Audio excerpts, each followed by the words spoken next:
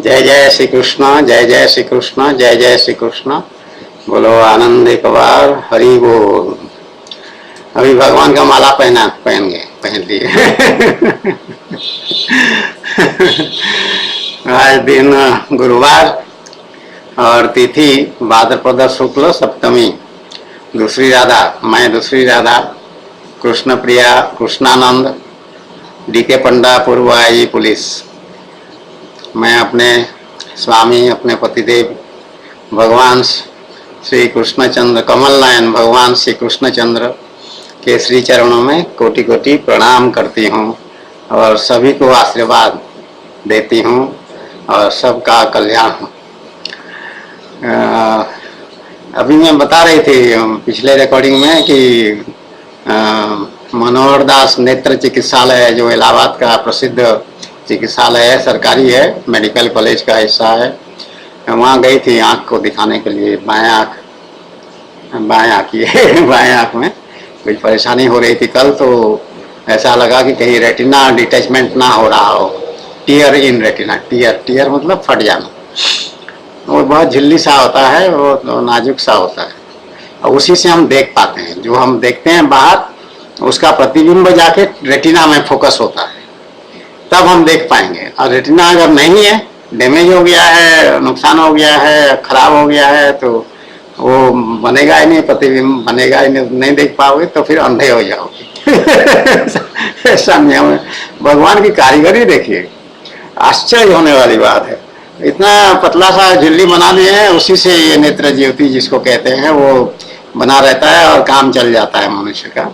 और किसी किसी का वो नुकसान हो जाता है तो बहुत मुश्किल होता है। आए थे एक महिला आई थी, उसकी बेटी आई थी, दोनों के आंखों में समस्या है, रेटिना में, और वो ठीक से नहीं दिखाई पड़ता। बच्ची तो जो है वो मुश्किल से 12-14 साल की हो, ज़्यादा। माँ की तरह, माँ से मिला है उसको, बीमारी लग रहा है। तो वहाँ 2 लड़के आए, जो अंदर मुझे जहाँ बैठा दिए थे सोफा में, वहाँ 2 लड़के कहीं से सुने, वो हल्ला मचा हुआ है पूरे चिकित्सालय में कि दूसरी राधा डीके पंडा आईजी पुलिस आए हुए हैं यहाँ। तो वो कहाँ हैं, तो बैठे हैं वहाँ। तो वो सुनसान के वो आए दर्शन करने के लिए और चरण स्पर्श वगैरह करे, आशीर्वाद लिए। और वो दोनों ये बात कह रहे हैं कि हम बचपन से सत्संग प्रवचन ये सब सुनते आए हैं, अच्छा लगता है, लेकिन हमारी जो है गति भोगवती बुद्धि की तरफ है। मतलब भोग भोगने की इच्छा अभी भी बलवान है और उसको हम नहीं छोड़ पा रहे। तो बोले, वो उनका जो शब्द था यही था कि हम भोग की तरफ जा रहे हैं। तो मैं सुन के हैरान हुई। मैंने कहा कि ये तो बचपन से सत्संग सुनने वाला आदमी है, लड़का है, बुद्धिमान लग रहा है और शिक्षक है, तो ये कैसी बात कर रहा है। मैंने कहा उल्टी बात कह रहे हो क्या, दोबारा कहो। तो उल्टी बात नहीं कह रहा था, वो अपनी स्थिति बता रहा था। मैंने कहा अच्छा, तो उसका कारण मैंने उसको कहा तुरंत कि संक्षेप में उसका कारण ये है कि तुम देहाभिमान में हो, देह को, शरीर को मैं बोल के मान लिए हो, इसलिए तुमको भोगने में अच्छा लगता है और तुम्हारी गति उधर ही रहेगी। तुम वो शरीर नहीं हो। भगवान गीता में प्रारंभ में ही ये बता दिए, दूसरे अध्याय में कह दिए कि शरीर अलग है और शरीर ही अलग है। शरीर जड़ है, जो पंच महाभूत का बना हुआ है, ये जड़ वस्तु है। और जो शरीरी है, जो आत्मा है, वो उसमें वास करता है, या वो असल परमात्मा तत्व वही है और तुम असल में वही हो, शुद्ध बुद्ध मुक्त जिसको कहते हैं। आत्मा का परिचय यही है कि शुद्ध बुद्ध मुक्त, उसमें कोई उपाधि नहीं है, कोई विकार नहीं है, कोई विषय नहीं है, कोई भोग बुद्धि उसमें नहीं हो सकता है कभी भी, सब प्रश्न ही नहीं उठता है, ना वो कोई काम करता है। आत्मा अक्रिय है। रजोगुण उसके पास जा नहीं सकता है जब तक शुद्ध आत्मा है। शरीर को मैं बोल के जब मान लेता है अभिमानी, देहाभिमान, जीवात्मा जिसको कहते हैं, तब उसमें रजोगुण तमोगुण तीनों गुण का मिश्रण जो है उसमें भर जाते हैं, और उसी रजोगुण से वो अपने सारी कर्म क्रिया करता रहता है। लेकिन आत्मा नहीं करता है, करने वाला यही है, जो आत्मा, जो शरीर, जो तीनों गुणों को मान लिया है, स्वीकार कर लिया है, वही उसको नचाते रहते हैं। तो मैंने कहा उसको छोड़ दो, शरीर बुद्धि छोड़ दो और तुम्हारा सब भोग बुद्धि नष्ट हो जाएगा। तो कह रहे हैं कि बहुत कोशिश कर रहे हैं लेकिन तो नहीं हो पा रहा।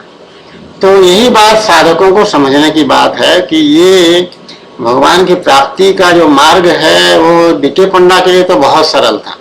सरल भी बेचारा अभी कह रहा है एक तरह से, दूसरी वाला कह रही है, लेकिन उस समय इतना सरल नहीं लगा था।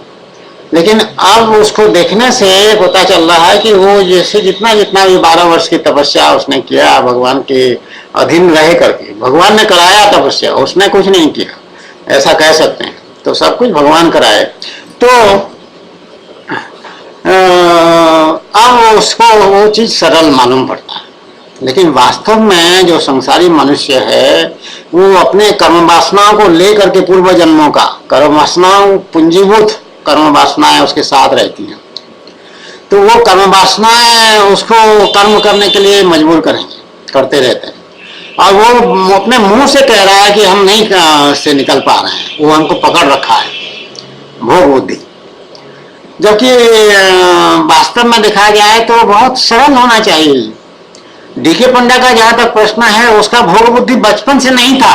ये कह रहे हैं बचपन से हम सत्संग कर रहे हैं। डीके पंडा बचपन से सत्संग नहीं किया है, मंदिर में जाता था बेचारा। वो ये नहीं कह सकता कि प्रवचन में जाता था, सत्संग में जाता था, ऐसा नहीं है। हाँ, कीर्तन नाचा है उसने। एक रामनारायण मिश्र थे, रमपेला गांव में, बड़ा गांव है। रामनारायण मिश्र वही नेतृत्व करते थे कीर्तन दल का वहाँ, और वो कीर्तन मंच बनाते थे, उसके चारों तरफ नाच नाच करके वो कीर्तन गाते थे। उनके साथ ये बचपन में अपने पूर्व संस्कार की, ये भगवान की कृपा से नाचा जरूर है, लेकिन वो जैसे कि होश नहीं था उसको, कोई समझ खास नहीं थी, लेकिन उसके बावजूद भी वो नाचा है। तो ये बहुत बड़ी बात है। और उसमें भोग बुद्धि था ही नहीं कभी। कोई अच्छा खाने को हमको मिल जाए लालच हो, कोई अच्छा पहनने को मिल जाए हमको लालच हो, कुछ नहीं। कहीं पिकनिक में जाए, कहीं मौज मस्ती करने जाए, कहीं कुछ नहीं था उसमें। वैराग्य था, वैराग्य था। अब समझ में आ रहा है, उस समय थोड़ी ना समझ में आ रहा था। उस समय तो एक जीवन जी रहे थे और उसको हम सामान्य समझ रहे थे। संतोषी था, बहुत संतोषी था वो। उस समय भी होश में नहीं थे हम, जानकारी नहीं थी कि हम बहुत संतोषी हैं। अब समझ में आ रहा है कि वो कितना संतोषी था डीके पंडा बचपन में। देवन देवन कहते हैं, देवन कितना संतोषी था। तो ये सब गुण या लक्षण या जो स्थिति है, ये भगवान की कृपा से, भगवान उसको इसी तरह से बनाए हैं, इसी तरह से पैदा किए हैं, क्योंकि उसकी साधना पूरा करके वो भगवान की प्राप्ति होनी है। इसको कोई रोक नहीं सकता, भगवान विधान पहले ही कर रखे। तो इसी तरह से संसारी मनुष्य तुम लोग जो है सावधान होकर के इसको ध्यान से देखो और सुनो कि ये बहुत सरल नहीं है भगवान की तरह। इसीलिए भगवान गीता में कहे कि मेरे तरफ हजारों लाखों आएंगे, बढ़ेंगे, लेकिन बिरला को ये मुझे पा पाएगा, मेरी प्राप्ति हो पाएगी। नहीं, आसाराम बापू जिसको कह रहे हो, देखो ना कैसे जेल में पड़ा हुआ है बेचारा। इतने वर्षों तक, कम से कम 20-25 वर्षों से वो भगवान का भजन कीर्तन और प्रवचन आदि ये सब कर रहे हैं, जितना अनुमान है। तो नाना करते भजन कीर्तन तो चल रहा है ना भगवान का, चाहे ड्रामा कर रहा हो, चाहे ढोंग कर रहा हो, लेकिन भगवान श्री कृष्ण बन के कभी कभी नाचते भी तो हैं। वो भगवान का नाम लेते हैं, भगवान का कथा कहते हैं, भगवान की बातें सुनाते हैं। ये कोई मामूली बात नहीं है। चाहे लापरवाही से इस बात को कहो, भगवान की बात को कहो, चाहे जानबूझ करके नकली बनावटी बोल के कहो, चाहे निष्ठा से श्रद्धा से इस बात को कहो, तो असर तो प्रभाव तो पड़ेगा ही ना पड़ेगा उसके ऊपर भी। और जो सामने बैठा सुन रहा है उसके ऊपर निष्ठा से करोगे तो पूरा की पूरा भगवान तुमको देंगे, और अगर तुम नकली बात करोगे तो भी तुमको देंगे। भगवान किसी को निराश नहीं किए हैं कभी भी, तुम्हारे झोली में कुछ ना कुछ डालते जाएंगे। लेकिन फिर भी वो व्यक्ति जो है अपने भोग बुद्धि को नहीं छोड़ पाया, और शरीर में बुद्धि में अभी भी है, देहाभिमान अभी भी है, और भगवत कृपा होने के बावजूद भी वो उसमें नहीं जा पा रहा है, आत्मस्वरूप की स्थिति में नहीं जा पा रहा है, और विषय भोग के सुख को त्याग नहीं कर पा रहा है। हमारा कोई कामना नहीं है आज की जीवन मुक्त अवस्था। हमको कोई स्त्री का कोई हमको कुछ आता पता नहीं, हमको विकार है।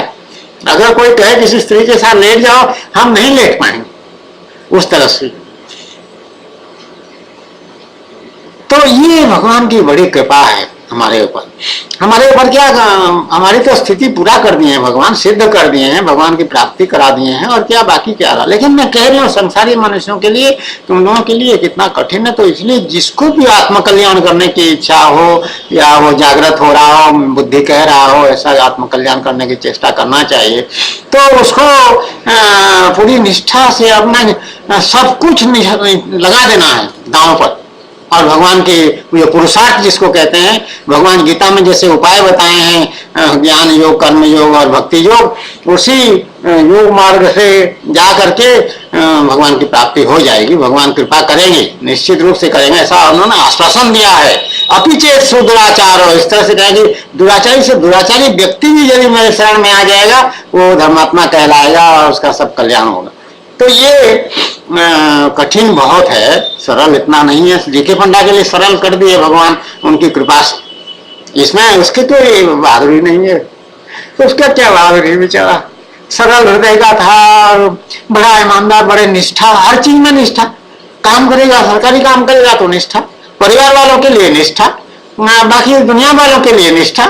पब्लिक गरीब से गरीब आदमी आता था, उसका काम पूरा अपना नोटबुक बना रखा था, उसने सबका नोट करता था, उसको काम करके छोड़ता था। और फोन से वो जिला एसपी उसपी साहब को हिला देता था, कैसे नहीं हुआ, क्या कर रहे हो तुम, इस तरह से पीछे पड़ के उनका काम कराता था आम आदमी।